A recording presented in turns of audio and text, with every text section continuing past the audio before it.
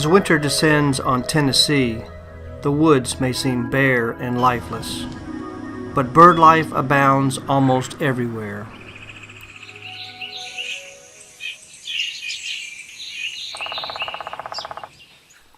Year-round residents are perfectly suited for the cold. Their insulated suits shut out the frigid temperatures. Experience leads them to food sources in all but the most extreme weather.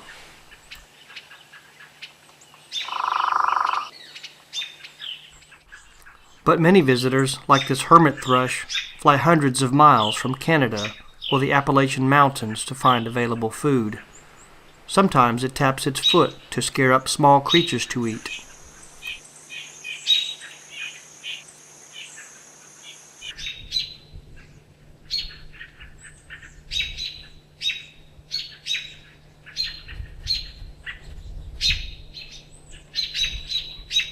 The hermit thrush is well camouflaged to forage among the leaf litter, where it will pick out insects. In winter, it splits its diet equally between insects and fruit.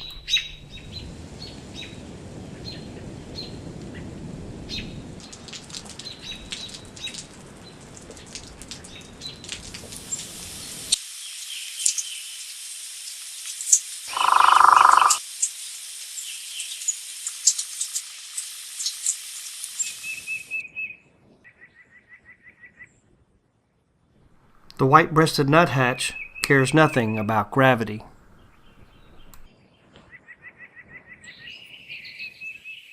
The yellow-bellied sapsucker is actually the name of a real bird. It migrates down from northern states or Canada in winter to make shallow holes in trees to get sap, or the insects that are attracted to sap. It is the only woodpecker in eastern North America that is completely migratory.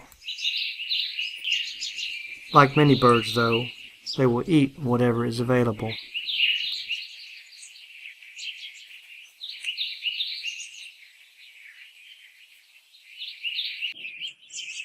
In winter, yellow-rumped warblers migrate to open woods and residential areas from the fir and spruce forests of the north and east. They search out tiny insects, but also gorge on fruits and berries to outlast the winter. They are one of the very few warblers to overwinter in Tennessee.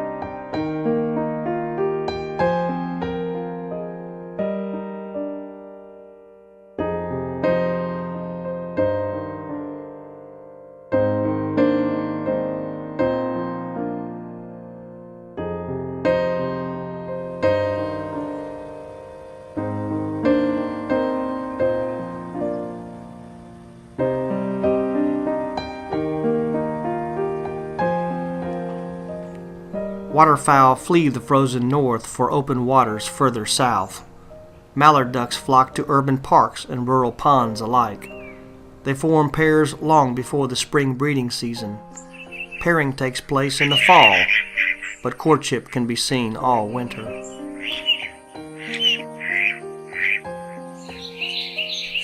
Another common water bird is the American coot. Unlike a duck, which uses webbed feet, it propels itself using toes surrounded by scalloped lobes. Where there are coots, there is water, and where there is big water, there are eagles. Bald eagles can be found all over Tennessee. They perch and nest in tall trees near the Mississippi River and elsewhere, where fish and waterfowl are abundant. Many eagles spend their winters here, where they lay eggs in large nests. A nest can be 10 feet across and weigh 2,000 pounds.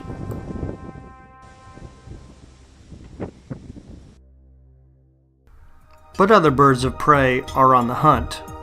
This Cooper's hawk has an appetite for medium-sized birds. Its eyes face forward, giving it good depth perception for catching prey in high-speed flight. A true hawk of the forest, it is just as comfortable in suburban neighborhoods. It is a fearless attacker. 23% of these hawks studied had healed fractures in the bones of the chest.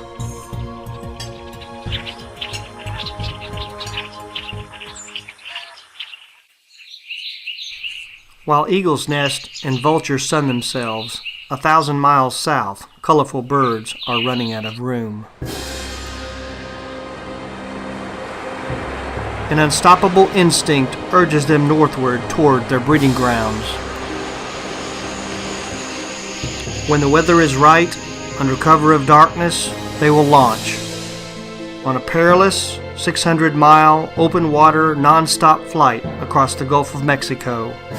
For some, it may be a one-way flight as they make for the North American shore. They navigate by the stars and sun, or by the magnetic influences of the earth. Past the point of no return, if sudden storms appear, they can do nothing but fly on into the blackness. Wings heavy from soaking rains, some will be forced to fly just above the waves.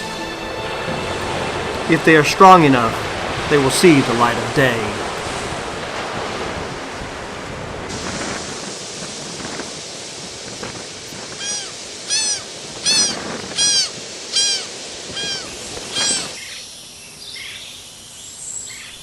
A small barrier island off the coast of Alabama, Dolphin Island has long been a place of refuge and replenishment. Weary voyagers like these indigo buntings will rest and refuel, their journeys incomplete.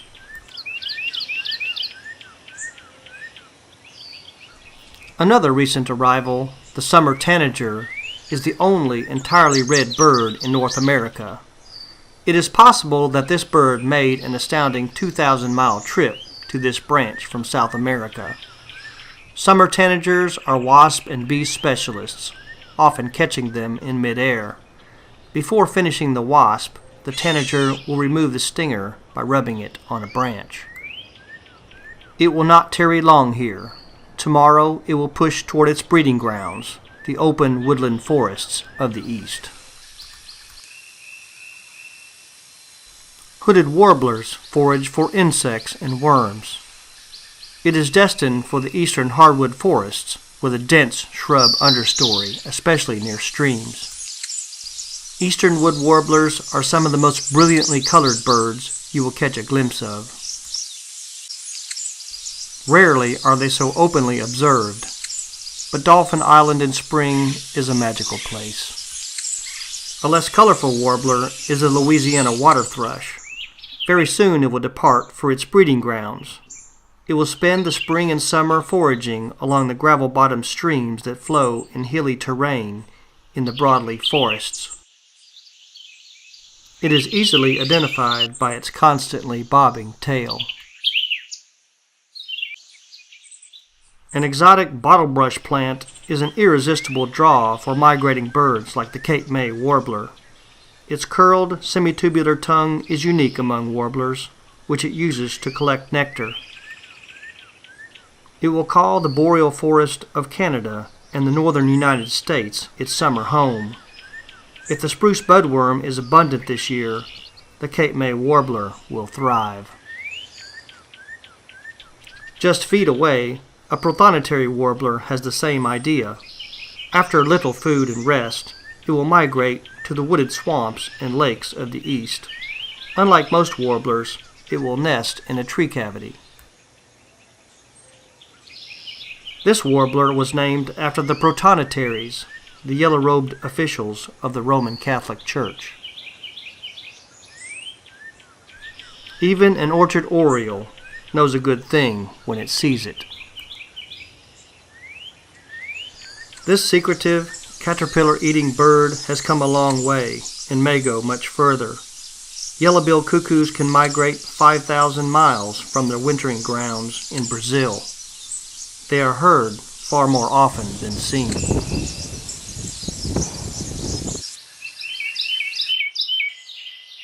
The Carolina wren has one of the loudest songs per volume of any bird around.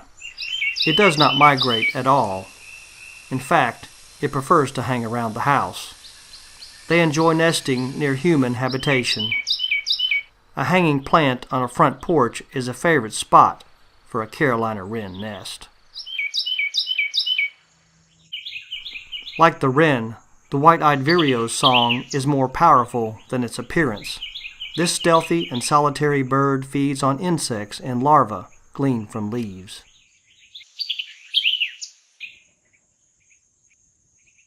What the black and white warbler lacks in color, it makes up for in speed.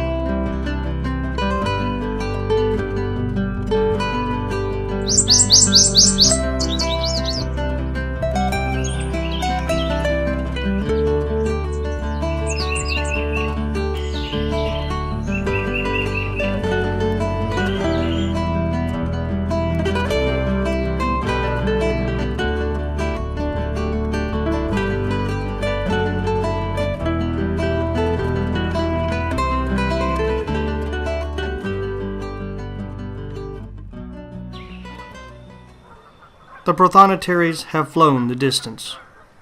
They gorge on emerging insects near the warming lake and lay claim to a cavity nest. But it is not the only early migrant. No longer in its subdued winter plumage, the yellow-rumped warbler's instincts push it northward toward Canada.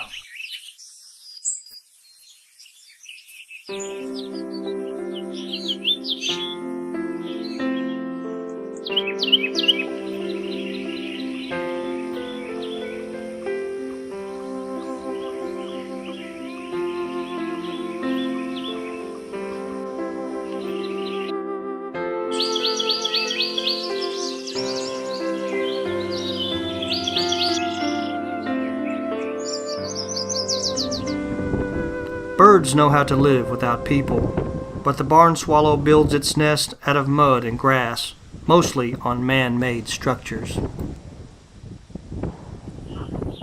Stopping at a lake on its way north, no one knows why the spotted sandpiper performs this bobbing action. One researcher recorded a 31-minute-old chick perform the bob.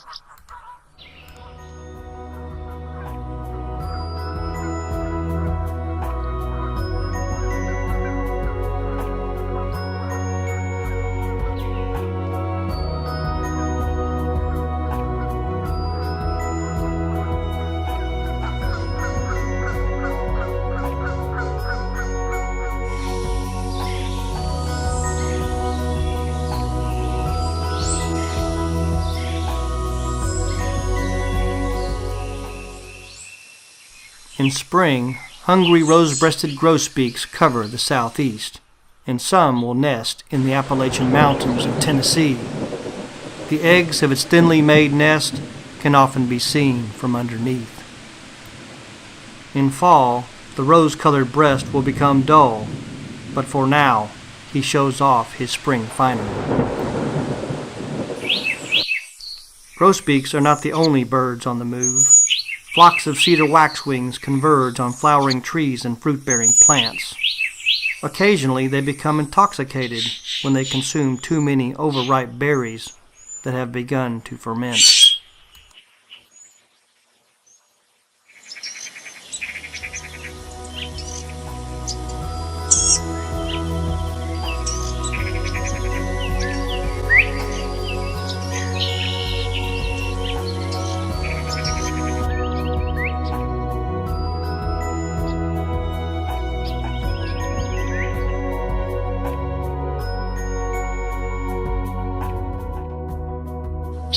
The edges of woodlands, in fields, and in low vegetation, different birds find shelter.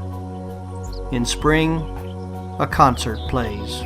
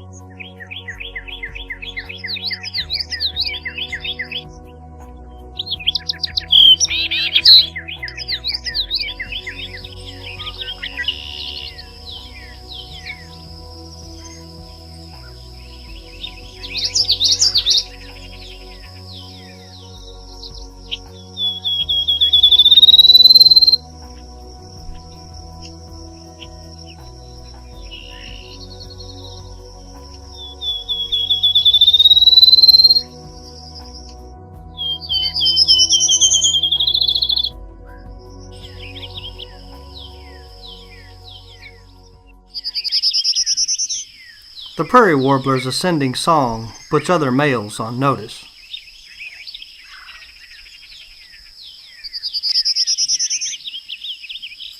It is not a bird of the prairies at all, but rather of the southeast.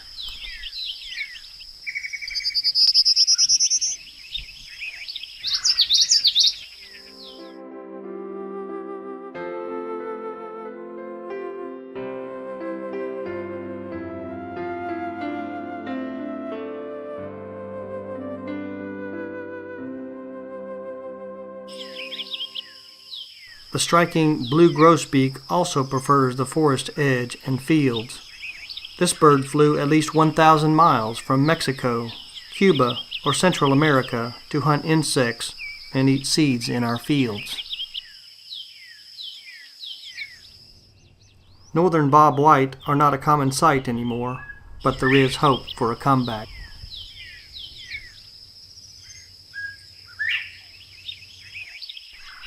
Once nearly eliminated from most of their range, wild turkeys have been reintroduced and are now found in every state except Alaska.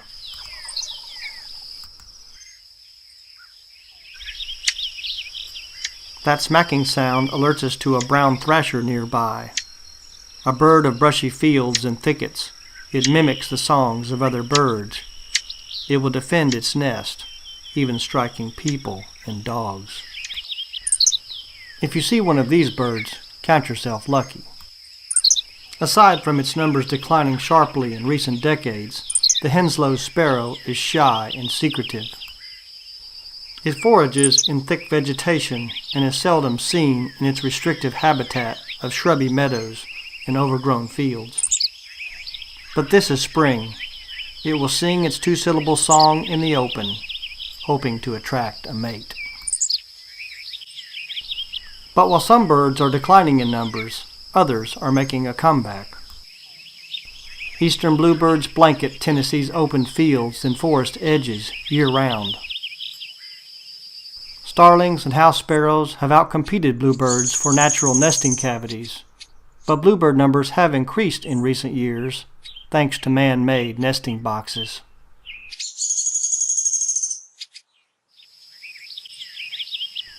Other birds also thrive in open fields. Sometimes called wild canaries, American goldfinches are a welcome sight in spring. Their all-vegetarian diet is rare among birds. Parasitic brown-headed cowbird chicks that hatch in the goldfinch nest rarely live longer than a few days. They will perish on the all-seed diet that goldfinches feed their chicks.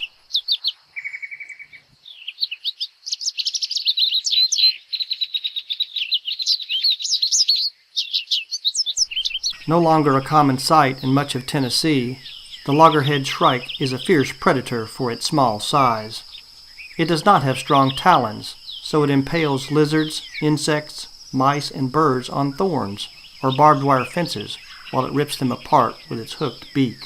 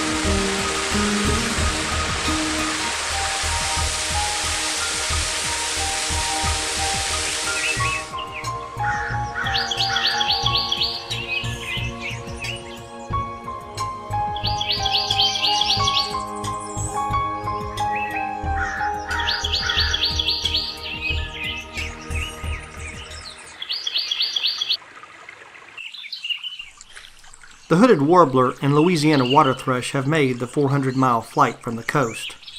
Tail still bobbing, the Louisiana water thrush searches out aquatic insects, worms, small crustaceans, and tiny fish. In early spring, it will sing from the trees, but it will place its nest along the stream bank, well hidden from predators. Where there are trees, there are woodpeckers. They thrive almost everywhere. At times, all 6 species that inhabit Tennessee can be seen on a single outing. Most woodpeckers have 4 toes, 2 facing forward and 2 backwards. They use their stiff tails as props while clinging to trees. Its chisel-like bill easily excavates holes for nesting or efficiently digs out wood in search of insects. Fine feathers over their nostrils help keep wood from being inhaled. Their long tongues have bristles on the end, which aid them in retrieving insects and larvae deep inside the trunk. This hairy woodpecker is seen year-round in mature forests across the state. It is much larger than its acrobatic look-alike, the downy woodpecker. Owls are widespread as well, but not often seen by light of day, except for the barred owl. It hunts night and day when it's in the mood.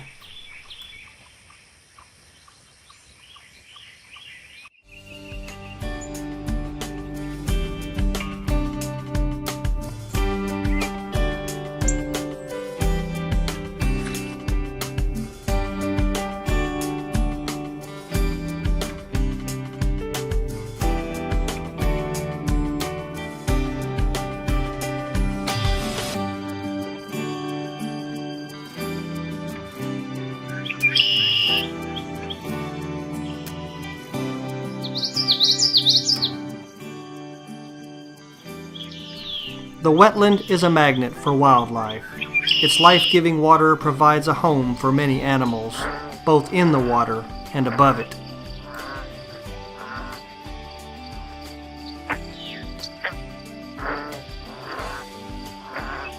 Reptiles, mammals, amphibians, and birds are drawn to feed on the swell of fish, insects, and lush foliage in early summer.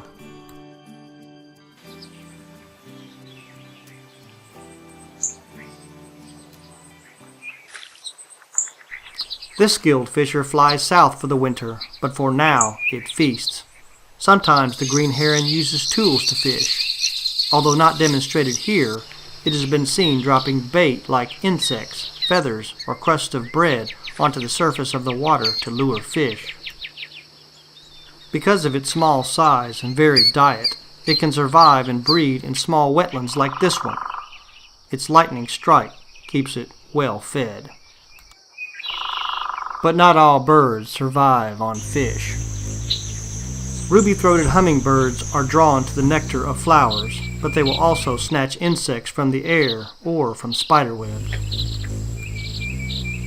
Only hummingbirds can fly backwards, but they stay perched up to 80% of the time, jealously guarding their food sources.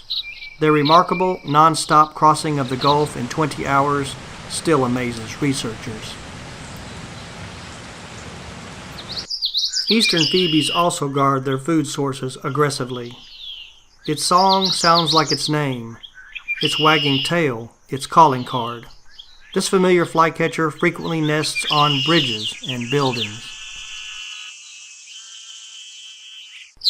You will just as soon find this bird down low as up high.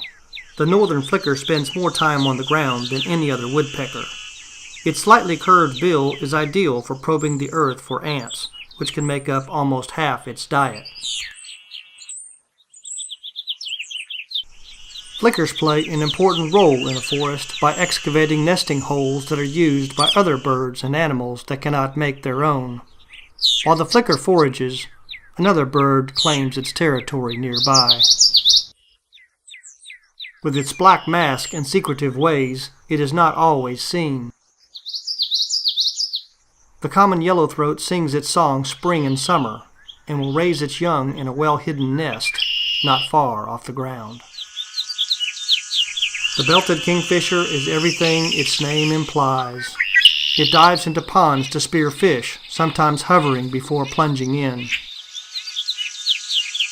Its eyes are sharp, its disposition wary. A rare quality in the bird world, females are more colorful than males. From its perch high above the wetland, the kingfisher spies all movement.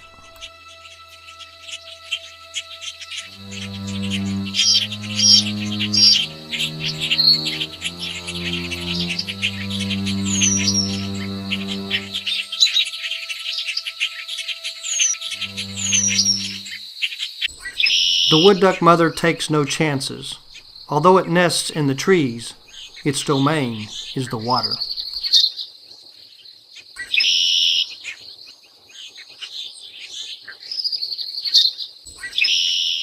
The coyote will keep searching for easier prey. Getting wet is not on the agenda. The pond is on alert. Birds are almost always on guard. But when the intruder moves on, tensions gradually ease.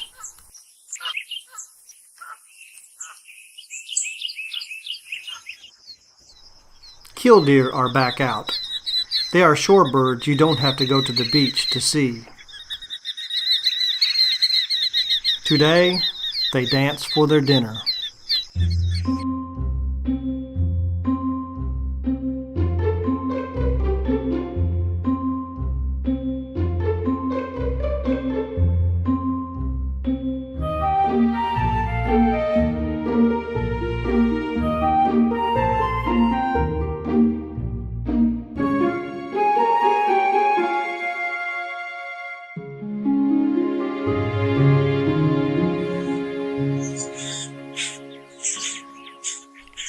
Marshy areas wouldn't be complete without these iridescent flyers. Tree swallows are early migrants that catch insects in flight, but they are able to survive bad weather by eating berries and other plant foods. Tree swallows are quite social outside the breeding season.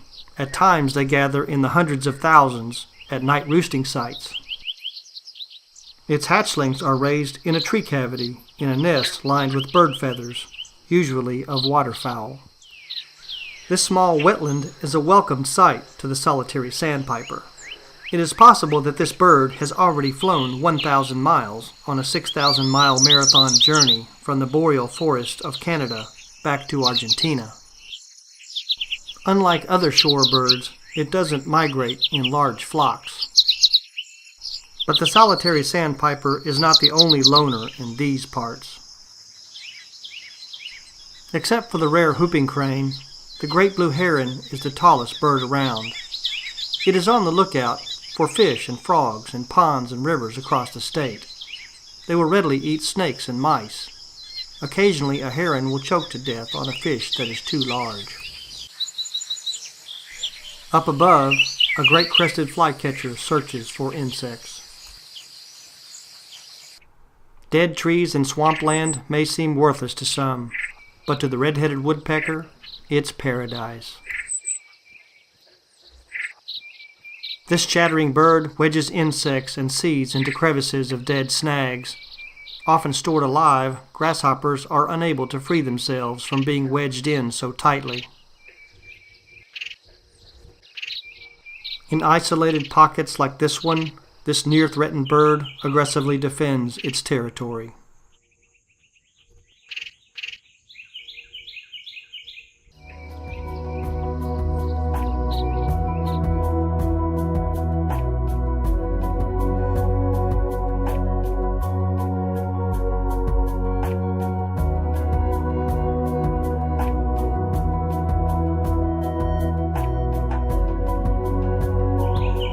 In fall, warblers are making their return trip to their warm wintering grounds.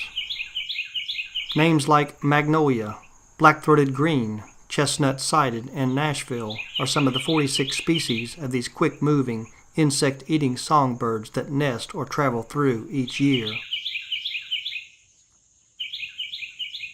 Even the Tennessee warbler is a real bird. Given its name when first encountered in Tennessee during its migration, it neither nests nor overwinters in the state. Some birds pollinate flowers, but not the Tennessee. Here it gathers nectar by piercing the flower from underneath, preventing any pollen from getting on its face. It eats its autumn meal, leaving pollination for the bees.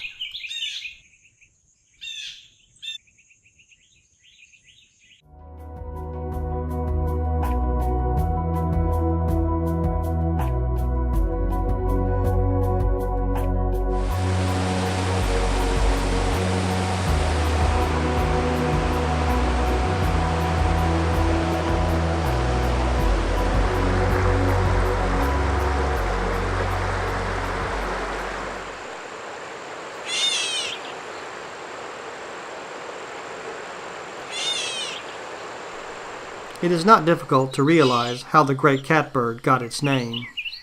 A bird of the undergrowth, it is more often heard than seen.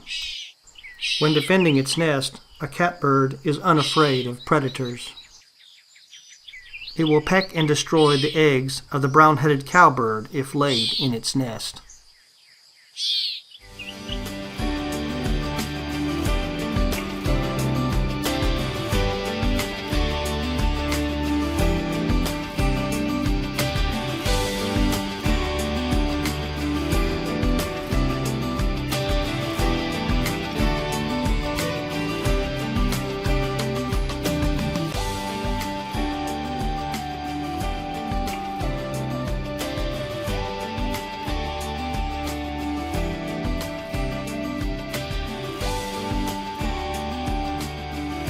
Birds measure their lives by the season, their very survival by the moment. Before the leaves fade to brown, the neotropical birds will disappear, only to be replaced by the winter flocks. We will wait until the leaves unfurl once more, and we see the flash of colors, hear the musical notes of spring.